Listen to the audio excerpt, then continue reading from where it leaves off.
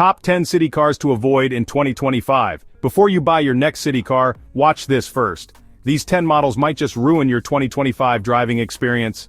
City cars are supposed to be smart, efficient, and fun. But some fall short of expectations, leaving you with buyer's remorse.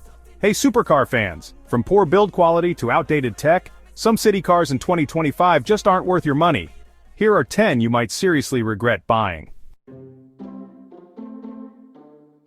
First up, we have the 2025 Fiat Panda. Now the Panda has been around for ages. Literally, it feels like it's been around since the dinosaurs roamed the earth. And you know what? This latest iteration doesn't do much to change that feeling. The Panda is still riding on a platform that feels ancient compared to its rivals. This thing feels like it was engineered when flip phones were still a thing. And speaking of feeling outdated, let's talk safety. You know, that thing you should absolutely demand in any new car, especially a city car? Well, the Panda's standard safety features feel about as comprehensive as a child's drawing of a car. And don't even get me started on the resale value. Look, I'm not saying you should buy a car solely for its resale value, but with the Panda, it's like throwing money into a Fiat-shaped furnace. The Mitsubishi Mirage. It's a car that's been around for a while, and frankly it feels like it's been running on fumes this entire time. Under the hood, you'll find an engine that's about as powerful as a gentle breeze. You'll be lucky to merge onto the highway without fearing for your life. And don't even think about accelerating uphill. Seriously, just park it and wait for the Earth's rotation to carry you to the top. Stepping inside, you're greeted by an interior that's more reminiscent of a budget rental car than a brand new vehicle. Cheap plastics abound, and the design feels about as dated as a dial-up modem. Look, I get it, not everyone has a bottomless pit of money to spend on a car. But with the Mirage, you're really getting what you pay for, and in this case, that's not a good thing. The Smart EQ42. Now on paper, the idea of a tiny electric car for zipping around the city sounds great, but in reality, the Smart EQ42 is about as practical as a screen door on a submarine. Let's start with the driving range. With a range that's shorter than some people's attention spans, you'll be tethered to a charging station more often than a teenager glued to their smartphone. And speaking of things that are expensive, the Smart EQ42's price tag is about as appealing as a parking ticket. For the amount of money you'd spend on this thing, you could get yourself a much more practical and spacious car. And don't even get me started on the practicality. Sure, it's small and easy to park, but good luck fitting more than a backpack in the trunk. Chapter 4. Renault Twingo Electric lost its charge. The Renault Twingo Electric. Another city car that promised to electrify the segment but ultimately falls short. Range anxiety? Oh, you better believe it. The Twingo Electric's range is about as impressive as a snail's pace. You'll be lucky to complete a grocery run without having to frantically search for a charging station. And speaking of charging, good luck finding one. The charging infrastructure for electric vehicles is still a work in progress, and the Twingo Electric's limited charging options only add to the frustration. But wait, there's more.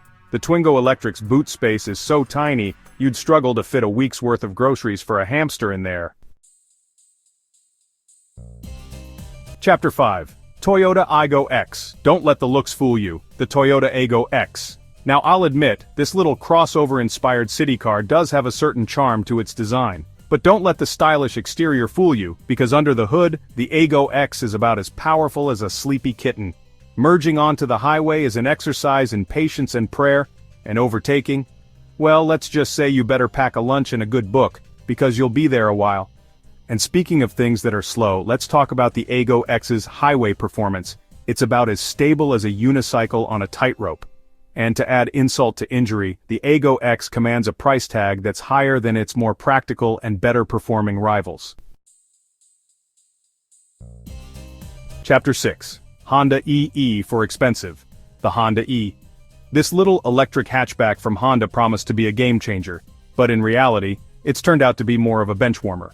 Let's address the elephant in the room, the price. The Honda E is shockingly expensive for what it offers. Seriously, you could buy a Tesla Model 3 for the amount of money Honda wants for this thing. And speaking of things that are small, let's talk about the Honda E's range. It's laughably limited, making it unsuitable for anything beyond short commutes around town. You'll be living in constant fear of the dreaded range anxiety. And to make matters worse, the Honda E has been plagued by poor sales. which has led to production issues and long wait times for customers. Chapter 7. The Mini Electric Mini Range Maxi Price. The Mini Electric. This electrified version of the iconic Mini Cooper promised to deliver go-kart-like handling with zero emissions, but unfortunately it falls short in a few key areas. Let's get the obvious out of the way. The price. The Mini Electric is expensive, like really expensive. For the price of a well-equipped Mini Electric, you could get yourself a much more practical and spacious electric car like the MG4. And speaking of space, the Mini Electric's back seats are about as spacious as a phone booth.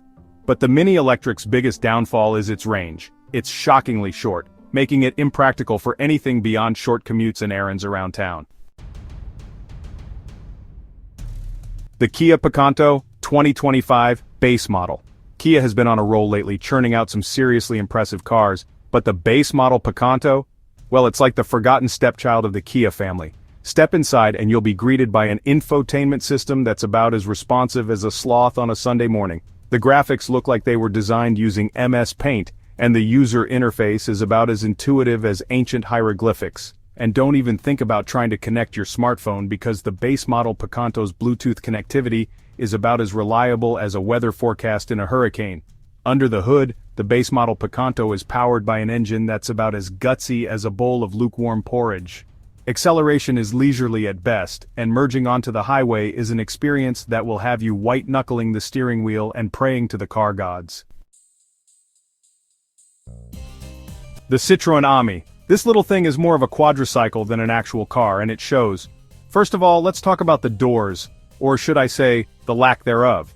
The Citroën Ami has these weird little half doors that look like they were inspired by a shopping cart. And don't even think about driving this thing in the rain because those doors offer about as much protection from the elements as a mesh tank top. But wait, there's more. The Citroën Ami also lacks air conditioning. Yes, you heard that right. In the year 2025, Citroën thought it was a good idea to release a car without one of the most basic creature comforts. And finally, let's address the elephant in the room. The Citroën Ami is not a real car. It's a quadricycle, which means it's limited in terms of speed and power. The Dacia Spring 2025 base version. Dacia is known for making budget-friendly cars, but the base version of the Spring takes things a little too far. Safety should be a top priority in any car, but the Dacia Spring safety ratings are about as reassuring as a paper umbrella in a thunderstorm. In crash tests, the Spring performed poorly, leaving occupants vulnerable in the event of an accident. But hey, at least it's cheap, right? Speaking of cheap, let's talk about the Dacia Spring's performance. It's powered by an electric motor that's about as powerful as a hamster running on a wheel. Acceleration is best described as glacial, and you'll be lucky to reach highway speeds without the assistance of a strong tailwind. And finally, let's talk about the Dacia Spring's build quality. It's about as solid as a house of cards in a hurricane. City cars are supposed to be smart and efficient, so why settle for one that disappoints from day one? Whether it's outdated tech, questionable safety, or a price tag that makes your wallet weep, there are definitely some city cars out there in 2025 that you should avoid like the plague. Not all budget cars are created equal. Think smart before you buy. Which car surprised you most on this list? Drop your thoughts below. And don't forget, subscribe to Supercar for more brutally honest reviews like this one.